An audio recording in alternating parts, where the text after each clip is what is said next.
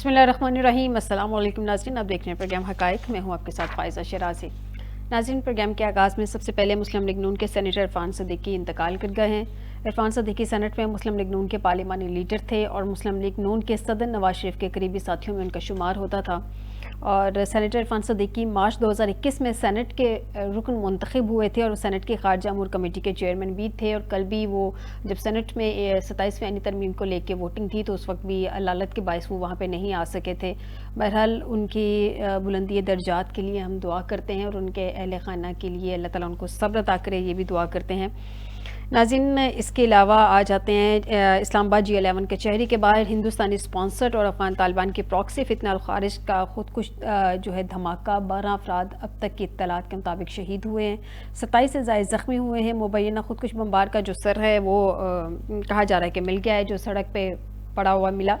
ابتدائی رپورٹ جو آئی ہے اس کے مطابق دھماکہ کچہری کے باہر ہوا، آس پاس کھڑے لوگ جو تھے دھماکے کی زد میں آئے۔ ناظرین، اس پہ جو وزیر داخلہ محسن نقوی نے میڈیا سے گفتگو کی ہے، ان کے مطابق آج 12:39 پہ خودکش حملہ ہوا جس میں 12 افراد شہید، 27 زخمی، ابھی تک کی اطلاعات کے مطابق میں نے آپ کو بتایا ہے۔ خودکش حملہ آور 10 سے 15 منٹ وہاں پہ کھڑا رہا اور اندر جانے کی پلاننگ کرتا رہا۔ پولیس کی گاڑی آئی تو خودکش حملہ آور نے حملہ کر دیا۔ پہلی ترجیح جو بتائی جا رہی ہے وہ ہے کہ خودکش حملہ آور کی شناخت کریں گے، کچہری حملے میں ملوث کرداروں کو بھی سامنے لایا جائے گا، اور اس پہ پرائم منسٹر صاحب کی بھی اسٹیٹمنٹ آئی ہے، وہ کہہ رہے ہیں جی ان کو کیفرے کردار تک پہنچایا جائے گا، کیفرے کردار تک پہنچا کر ہی دم لیں گے دھماکے کے ذمہ داران کو۔ ان کے جتنے بھی شہداء ہیں اس دھماکے میں ان کے بھی ہم دعا گو ہیں کہ اللہ تعالیٰ ان کے درجات بلند کرے، اور ان کی فیملیز کے لیے دعا گو ہیں کہ اللہ تعالیٰ ان کو صبر جمیل عطا کرے۔ ناظرین، سب کے علاوہ آ جاتے ہیں ہمارے نیشنل اسمبلی کا جو اجلاس ہوا، اس میں آ جاتے ہیں کل سینٹ سے 27ویں آئینی ترمیم پاس ہو گئی۔ مانگے تانگے کے 2 ووٹ بھی انہوں نے بیچ میں شامل کیے نا، وہ ایک JUI سے پکڑ لیا، ایک PTI سے پکڑ لیا، جیسے بھی تھا سب سے مشکل مرحلہ تھا حکومت کے لیے سینٹ سے یہ ترمیم پاس کروانا، تو وہاں سے انہوں نے کل کروا لیا۔ کل صبح 11 بجے اس پہ ووٹنگ ہوگی نیشنل اسمبلی میں، آج ادھر بھی ٹیبل کر دیا گیا ہے۔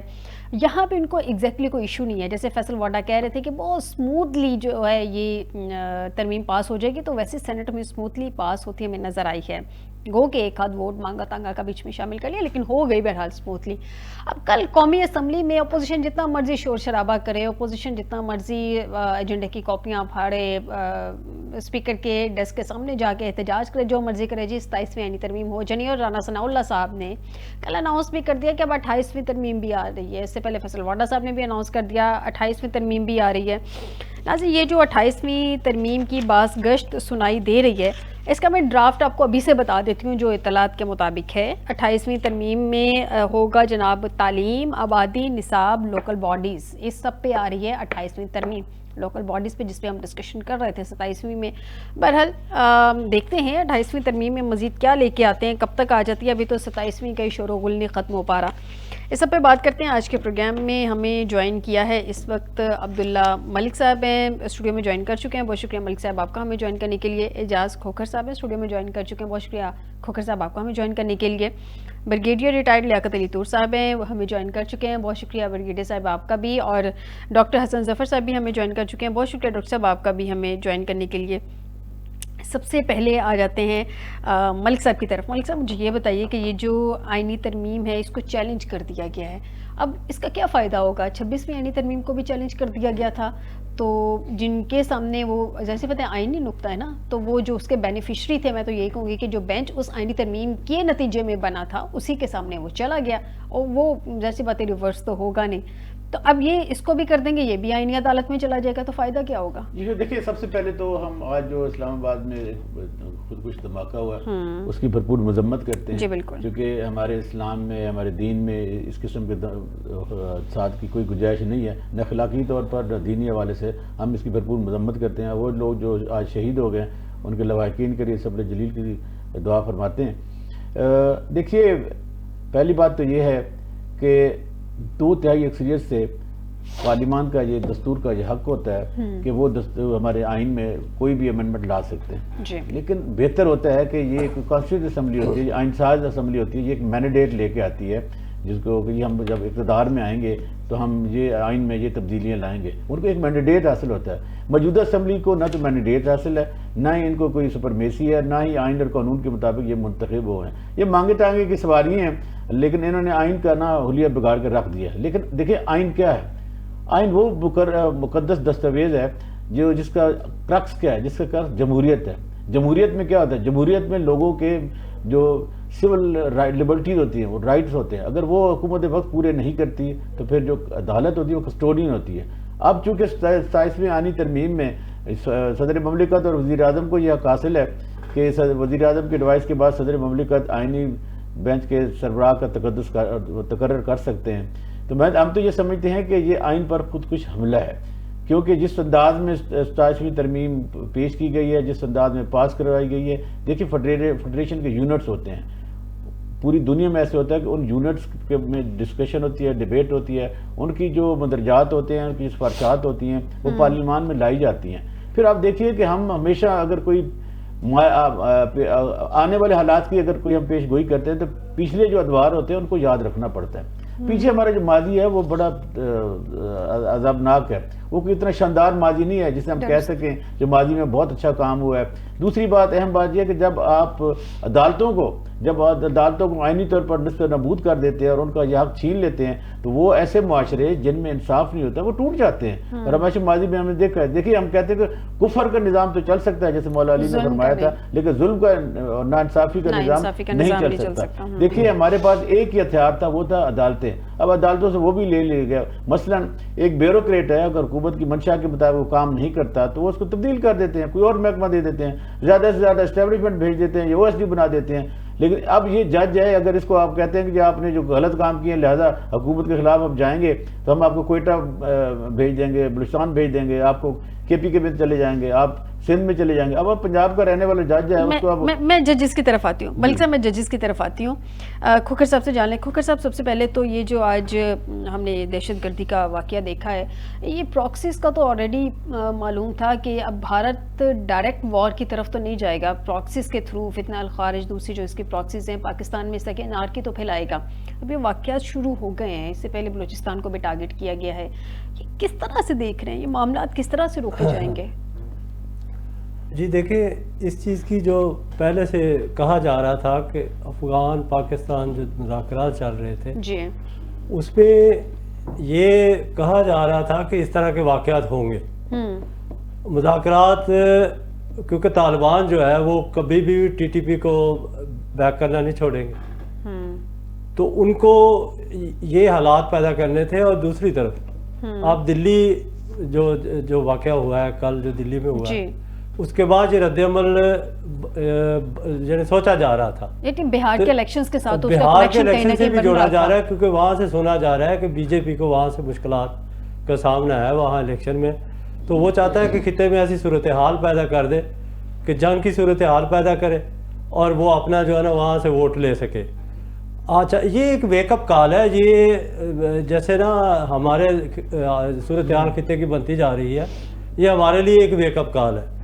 تو مذاکرات ناکام ہونے کے بعد یہ ایسے امکانات تھے، تو اب ہمیں چاہیے کہ ہمارا جو ہے سیکورٹی کا، انٹرنل سیکورٹی کے جو معاملات ہیں ان کی طرف جو ہے نا ہمیں خصوصی جو توجہ دینی چاہیے. ٹھیک ہو گیا. میں اسی پوائنٹ پہ ذرا بریگیڈیئر صاحب کی طرف آ جاؤ، پھر ڈاکٹر صاحب سے بھی ان کا پوائنٹ لے لیتے ہیں، پھر ہم 27ویں ترمیم کی طرف چلتے ہیں اس کی ڈسکشن پہ.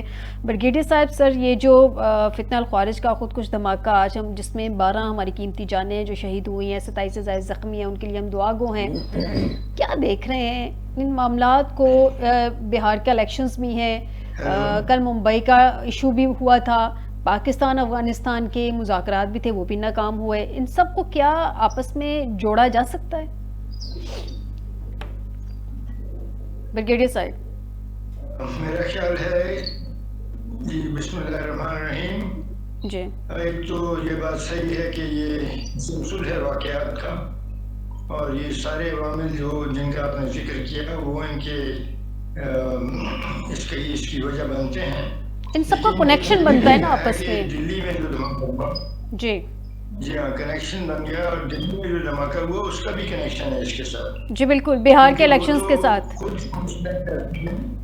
یہاں اس لیے کنیکشن ہے کہ وہ انہوں نے جواز پیدا کرنا ہے پاکستان کے ساتھ، جو ان کی صورتحال ہے ہماری کشیدہ، اس کو اور زیادہ کشیدہ کر کے وہ اپنے عوام کے سامنے ایک کامیابی دکھانا چاہتے ہیں، اور تاکہ وہ مشن میں اس کا فائدہ ہو جائے. لیکن میرا خیال ہے کہ فائدہ نہیں ہوگا، کیونکہ دلی کے اندر جو دھماکہ ہوا ہے اس کو یہ ثابت کرنا کہ وہ پاکستان نے کروایا ہے. پہلے بھی ان کے عوام دیکھ چکے ہیں کہ حکومت ان کی جھوٹ بولتی رہی ہے، اور اس میں ان کو فائدہ نہیں ہوگا. پاکستان کے ساتھ کشیدگی کو اس حد تک لے جانا کہ باقاعدہ فوجی تصادم ہو جائے، اور اس میں پھر ان کو فتح کی کوئی گارنٹی نہیں ہے، بلکہ غالب امکان یہی ہے کہ اس میں ان کو پہلے سے زیادہ عبرتناک شکست کا سامنا ہوگا. اور اگر ایسا ہوا تو پھر ان کی نہ صرف حکومت جو ہے وہ گر جائے گی، بلکہ بھارت کے اندر جو دراڑیں ہیں وہ بہت نمایاں ہو جائیں گی.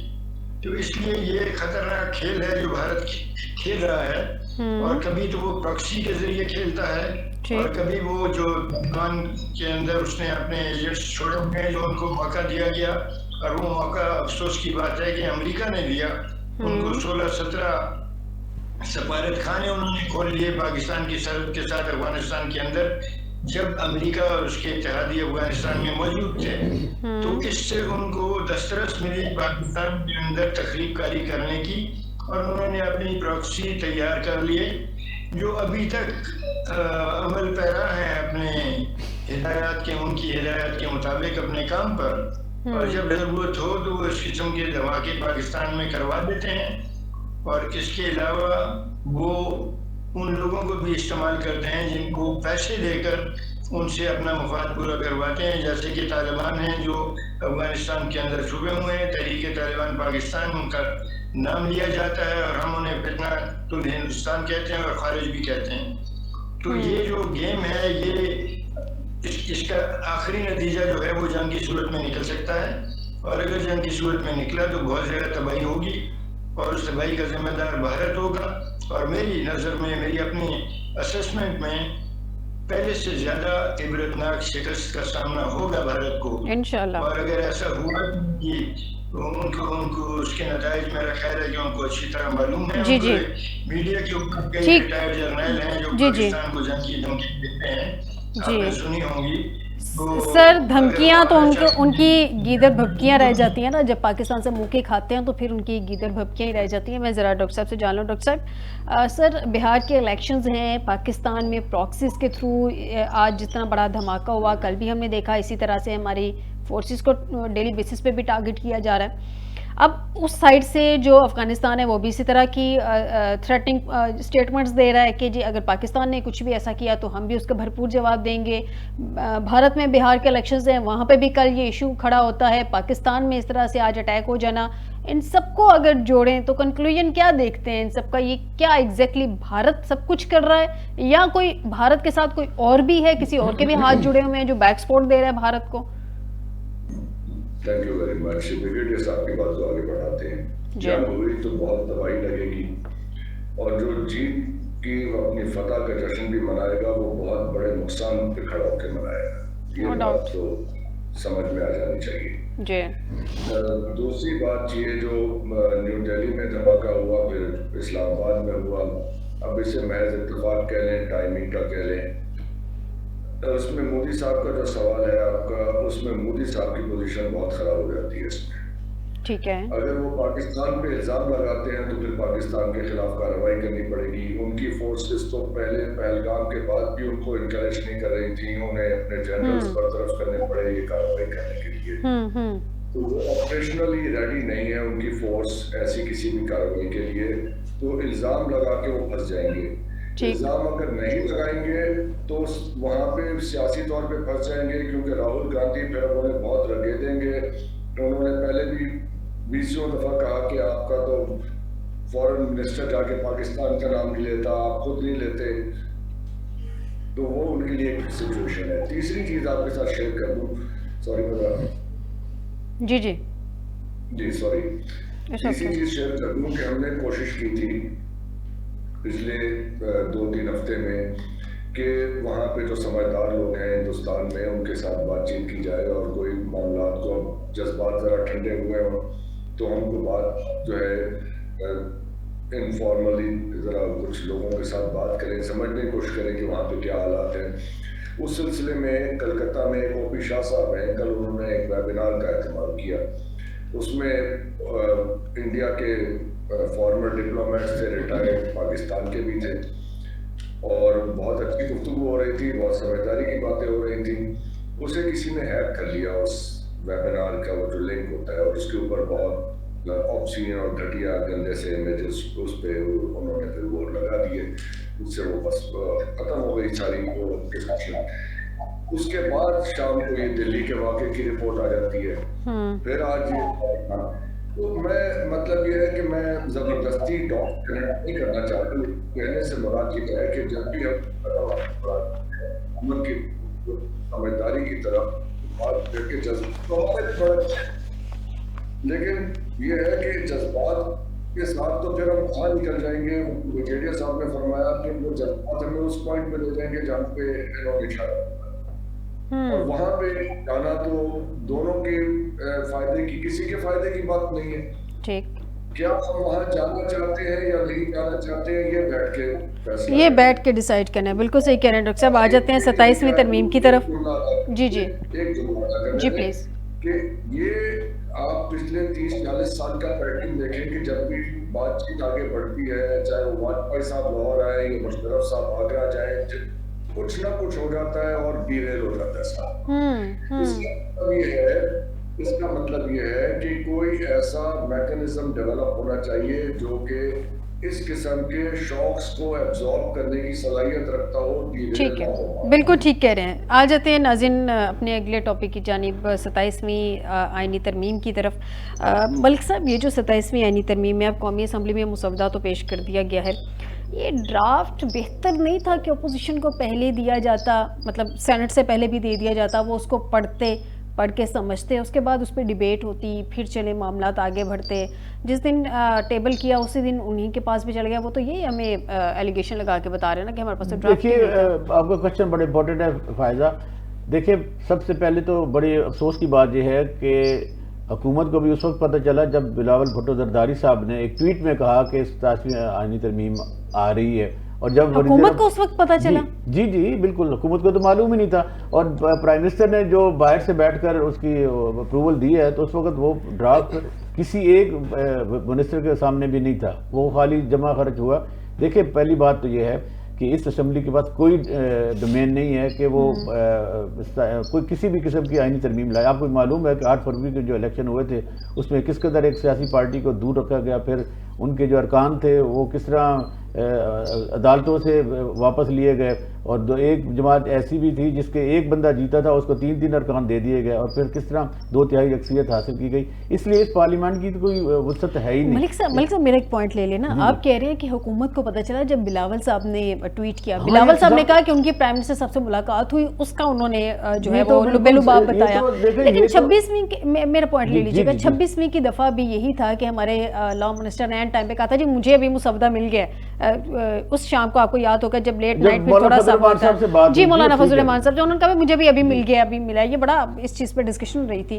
تو اس کا مطلب یہ جو حکومت ابھی دعوے کر رہی ہے کہ یہ کہیں سے امینڈمنٹ نہیں آئی ہے، ہم تو خود اس امینڈمنٹ کو لے کے آ رہے ہیں، ان کو نہیں پتا۔ آپ صحیح کہہ رہی، نہ تو 26ویں آئینی ترمیم حکومت نے بنائی تھی، نہ ان کو ڈرافٹ کا معلوم تھا۔ 2-3 ڈرافٹ تھے، ان میں سے جب سرکولیٹ کر رہے تھے، بالکل صحیح کہہ رہے ہیں، مجھے بھی علم نہیں ہے کالے لفافہ کون سا تھا۔ یہ بھی جو ترامیم ہے یہ حکومت وقت نہیں لائی، یہ اوپر سے کہیں سے نازل ہوا ہے اور پارلیمان کے سامنے آ گیا۔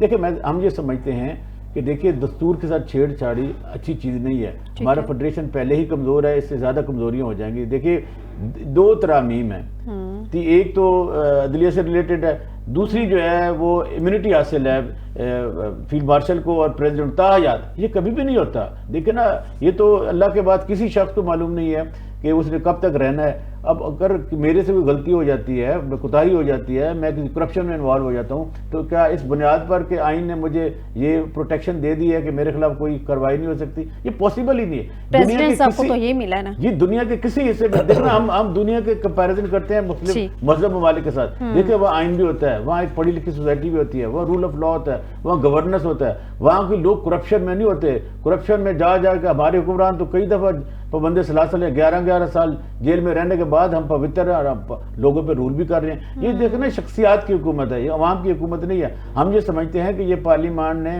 آئین پر خودکش حملہ کیا اور اس کے نتائج اچھے نہیں نکلے, کیونکہ عدلیہ ہی انڈیپینڈنس آف جوڈیشری ختم ہو گئی ہے. 28ویں بھی آ رہی ہے ملک صاحب, میں آئے گی تو دیکھنا وہ بھی انہی نکات پہ آ رہی ہے. اب یہ کہتے ہیں کہ جی صوبوں کے یونٹ بنا دیے جائیں, تو وہ کون صوبے مانے گا؟ کیا پیپل پارٹی NFC ایوارڈ پر کمپرومائز کر لے گی کیا؟ جو 18ویں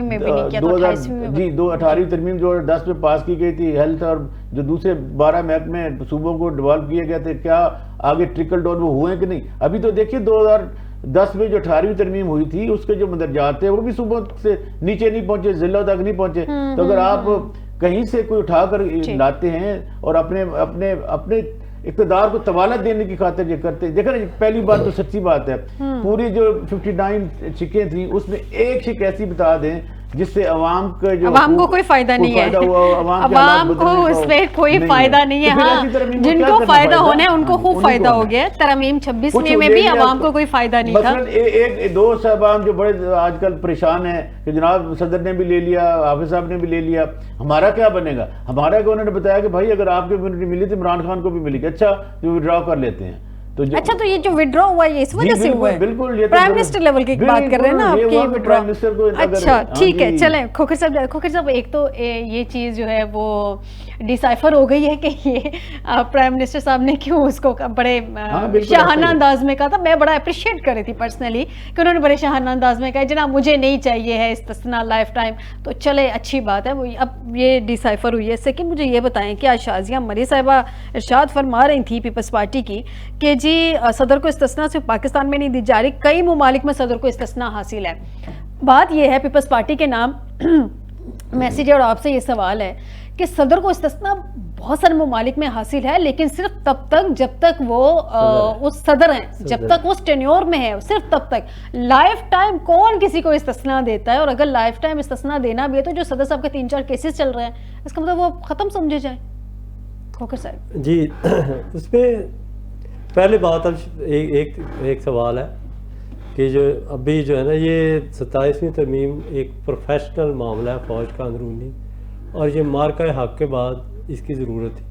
اچھا, اب دوسری بات کی طرف آتے ہیں کہ سیاسی پارٹیوں کا کردار, جو میں سمجھتا ہوں کہ سیاسی پارٹیاں ختم ہو گئی, جو بڑی سیاسی پارٹیاں پارلیمنٹ کے اندر جو موجود ہیں نا, اور اس وقت عدلیہ اور سیاسی پارٹیاں اور پارلیمنٹ یہ تینوں تاریخ کے خطرناک موڑ پہ کھڑے ہیں.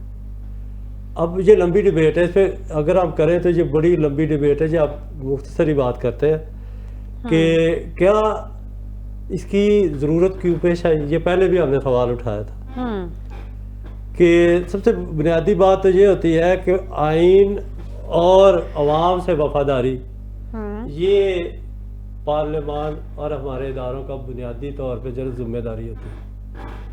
کس نے نبھایا, کیسے نبھایا؟ ویسے تو کھوکھر صاحب قاضی فائزہ صاحب کے سب کچھ دینے کے بعد, نہیں میں آپ کی اپریشیٹ کر رہا ہوں آپ کی بات کو کہ قاضی فائزہ کے سب کچھ دینے کے بعد اور امین الدین خان صاحب کے سب کچھ دینے کے بعد کیا ضرورت تھی لانے کی؟ آپ صحیح کہہ رہے ہیں, اب صحیح کہہ رہے ہیں. نوٹس کا دیکھیں, ہاں جی 184(3) اب آپ دیکھیں از خود نوٹس کے تحت کیا کیا ہوا ہے. لیکن از خود نوٹس جب آپ نے اس میں کمیٹی میں بھجوا دیا, آپ نے رولز اینڈ کون سی کمیٹی تھی, rules and procedure, practice and procedure committee میں چلا گیا ایگزامپل دے کہ کیا ماضی ہم اب کس کو جسٹیفائی کریں, عدلیہ کو, پارلیمان یا اپنے اداروں, کہاں جسٹیفائی کریں؟ پہلے تو ہمیں یہ اس کی جسٹیفیکیشن چاہیے 27ویں ترمیم کی کہ اس کی جسٹیفیکیشن یہ ہو جائے گی, ہونی ہے, ان کے بعد میجورٹی ہے, یہ تو ہو تو جانی ہے. جسٹیفیکیشن کیا ہے, اب جسٹیفیکیشن اس کی یہی ہے کہ یہ ضرورت ہے. کس چیز کی؟ آئینی ہمارے پاس آئینی بینچ ہے نا, تو آئینی عدالت کی کیا ضرورت ہے؟ ایک شخص کے ڈر کے خوف کی وجہ سے اگر وہ آ گیا تو کیا کرے گا, بس اور کوئی جسٹیفیکیشن نہیں. کیسز تو اس کے ختم نہیں ہو رہے, اس نے ابھی کہاں سے آگے. اچھا نہیں, وہ بندہ جو جیل میں بیٹھا ہے اب آپ سوال یہ ہے کہ پھر صدر مملکت کس چیز کا ڈر ہے؟ صدر مملکت کے 2-3 کیسز چل رہے تھے نا, نہیں، تو وہ ابھی تو استثنا مل گیا ان کو. بریکٹ نہیں کر انہیں کو تو ڈر ہے. ایک شخص سے بریکٹ نہیں کر سکتے. اب دیکھیں کس نے اب 28ویں ترمیم کی بات کر رہے ہیں, اس میں کیا ہوگا؟ ابھی میں نے اس کا ڈرافٹ بتایا تو ہے, اس میں نہیں, اس میں کیا ہوگا؟ یہ سارے جو اپنی چیزیں جو ہے نا سارے لے گئے. یہ سارا یہی تو ہے معاملہ جو ہے نا, یہ ٹھیک ہو گیا. بریگیڈیئر صاحب سے جان میرا تو خیال ہے کہ وہ 29 بھی لائے گے کہ اللہ تعالیٰ معاف کرے. جب تک آپ اقتدار میں فرشتے بھی موت کا اسرائیل بھی تشریف نہیں لائیں گے, وہ بھی آ جائے گی. میں نے بریک کی طرف جانا ہے, میں ذرا شارٹلی بریگیڈیئر صاحب سے اور حسن صاحب سے بھی ان کا پوائنٹ لے لوں. بریگیڈیئر صاحب ذرا مجھے بتائیے گا, ایک تو اس کے جسٹیفیکیشن نہیں سمجھ آ رہی کہ یہ جو 27ویں ترمیم ہے, چلے فیلڈ مارشل صاحب کی تو کچھ سمجھ آتی ہے کہ اتنی پاکستان نے ایک جنگ لڑی تھی, پاکستان نے بھارت کو دھول چٹائی, چلے وہ چیزیں سمجھ میں آتی ہیں. صدر صاحب کس خوشی میں استثنا لے کے بیٹھ گئے ہیں لائف ٹائم کا, اور جن ممالک کے یہ ہمیشہ اٹھ کے ایگزامپلز دیتے ہیں, ساؤتھ افریقہ کی بڑی ایگزامپل دیتے ہیں. بھائی ساؤتھ افریقہ میں بھی اس طرح کے صدر کو, یا وہاں پہ بھی کوئی لائف ٹائم استثنا کسی کو حاصل نہیں ہے, کس چیز کی یہ جسٹیفیکیشن دے رہے ہیں؟ منڈیلا نے تو نہیں مانگا تھا. بریگیڈیئر صاحب مانگ لینا چاہیے تھا, پاکستان میں ہوتے تو مانگ لیتے ہیں. یہ استثناء یا تو بادشاہوں کے پاس ہوتا ہے, وہ تو مملک ہیں اور ان کو تو فرشتوں کے پاس خدائی حق ہے ان کے پاس حکومت کرنے کا, اور وہ کوئی غلطی کری نہیں وہ مجھے سکتے. نہیں پتا صاحب جی, ذل الہی جتنے بھی ہیں ان کے پاس یہ استحقاق ہے. ٹھیک اور ہے. باقی جو دنیا کے اندر جمہوریتوں کے اندر امریکہ کے صدر کے پاس بھی تاحیات ان چیزوں پہ امیونٹی ہے, جو اس نے اپنی گورننس کے لیے یا اپنی آتھرائزڈ پاورز کے ساتھ جو فیصلے کیے ہیں ان فیصلوں کے اوپر کچھ نہیں ہو سکتی, یا اس کے اوپر پروسیکیوشن نہیں ہو سکتی. یہ وہاں بھی ہے, لیکن اس میں شرط یہ ہے کہ وہ ان کی جو آتھرائزڈ پاور ہیں, گورننس کے جو ایکٹ ہیں, ان کے اندر جو فیصلے کیے اور جو ان کے نتائج ہوئے, اس کے اوپر ان کی کرمنل پروسیکیوشن نہیں ہو سکتی.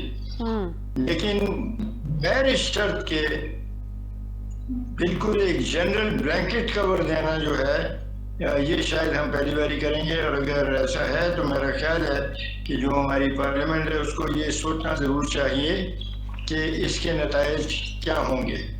سر اگر ہماری پارلیمنٹ اتنا سوچ لیتی تو اس کو چاہیے کیا تھا؟ عثمانی صاحب نے بھی کہا کہ یہ شریعت کے مطابق نہیں ہے. بڑے جید علماء پاکستان کے, وہ بھی کہہ دینا. اگر ٹریزن ہو جاتی ہے تو کیا پھر بھی کور ہوگا؟ اگر ہم اس قسم کا کور دیں گے تو یہ تو ملک کے مستقبل کے لیے بہت خطرناک ہوگا. سر کور دے دیا, بالکل صحیح کہہ رہے ہیں. اور ان کے کیسز چل رہے ہیں, جب وہ صدر بن گئے تو آلریڈی اس ٹائم ٹینیور تک ان کو استثنا مل گیا. جی ڈاکٹر صاحب سے نہیں ہے کہ ٹریزن کہا جائے, لیکن اگر اس قسم کا بلینکٹ کور دیا جائے گا تو اس کے اندر تو پھر کوئی بھی جرم جو ہے کسی کو قتل کر دیں. بالکل صحیح, اس کے اوپر تو بالکل صحیح کہہ رہے ہیں. میں ڈاکٹر صاحب سے بھی جان لوں, ڈاکٹر صاحب یہ جو بلینکٹ کور دیا جا رہا ہے اس کی مطلب جسٹیفیکیشن آج شازیہ مری صاحبہ نے مختلف بات کی. جی ممالک میں ہے جس کی ممالک کی ہم اگزامپل کوٹ کرتے ہیں, لائف ٹائم میں نے بڑی اسٹڈی کی ہے کہ مجھے کہیں سے پتہ چل جائے, کہیں سے مل جائے کہ لائف ٹائم استثنا مجھے کسی ملک کی کوئی اگزامپل ایسی نہیں ملی ہے. ہو سکتا ہے میرے نالج میں کمی ہو, آپ اضافہ کرتے. لائف ٹائم استثنا کون دیتا ہے بھائی؟ آپ کا ٹینیور ختم ہو گیا, اس کے بعد بھی آپ کو استثنا ہے. بہت معلومات ہے. میں تو اتنا کرنا چاہوں گا, ایک محاورہ ذہن میں آ رہا ہے, اجازت ہو تو وہ دکھ جھیلیں بھی فاختہ اور انڈے کھائیں کبوئے. کسی کو فاختہ یہ مراد نہیں آپ کے سامنے ہے. یہ کس نے کیا ہے اور کون اس کا استعمال کرے گا, اس کی ایک دیکھیں نبی گارنٹیز تھی.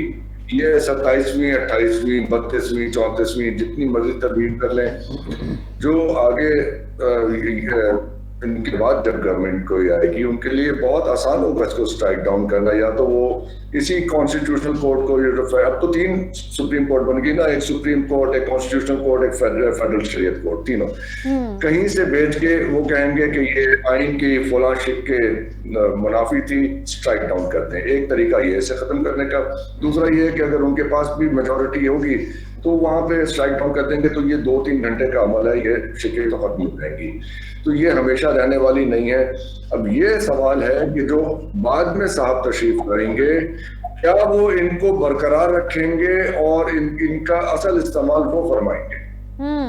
اس پہ غور کی، یعنی کہ کیا کسی نے اپنے لیے اور استعمال کوئی اور کرے گا اس کا۔ سر بالکل یہی نا، ایگزیکٹلی یہی پوائنٹ ہے نا کہ اگر ابھی پی ایم ایل این کی حکومت ہمیشہ تو رہنی نہیں ہے، تو کیا کل کو یہی عدالتی نظام ان کو جسٹس دے پائے گا؟ میں نے تو اس بات کو تسلیم کر لیں کہ ان کے بعد بھی ایک حکومت آنی ہے، یہ ہمیشہ کے لیے نہیں آ گئے۔ بالکل ایسے ہی ہے، جو آئیں گے صاحب یا صاحبہ وہ اس کو برقرار رکھیں گے یا ختم کر دیں گے۔ ختم کرنا بھی آسان ہے اور برقرار رکھ کے پھر اصل میں استعمال اس کا وہ فرمائیں گے یا یہ فرمائیں گے، یہ سوچنے کی بات ہے۔ ٹھیک، اگر تو ہم یہ مان لیں کہ اب یہ کبھی نہیں جا رہے، ہمیشہ کے لیے یہی ہے، پھر تو اس کی پریشانی لیں ان 27 28 29 30 کی ڈاکٹر صاحب پوائنٹ یہ ہے نا کہ جب ہم لوگ سمجھ رہے ہیں کہ انہوں نے ظاہر سی بات ہے ایک لیمٹ ہے نا، اس کے بعد انہوں نے چلے جانا ہے، تو جب ہم لوگ سمجھ رہے ہیں تو ان کو سمجھ نہیں آ رہی کہ یہ کر کے رہے ہیں۔ مجھے کوئی پریشانی نہیں ہے ان تبدیلیوں کے امینڈمنٹس کے بارے میں، جیسے سوال پریشان کرنے والوں کو ہونا چاہیے کہ کیا انہوں نے یہ تصور کر لیا ہے کہ وہ ہمیشہ رہیں گے، یا ان کو کہیں لگتا ہے کہ یہ اگر جب چلے جائیں گے اور ان کی ہوئی تبدیلیاں کسی دوسرے کے ہاتھ میں آئیں گے تب کیا ہوگا، اس پہ سوچیں۔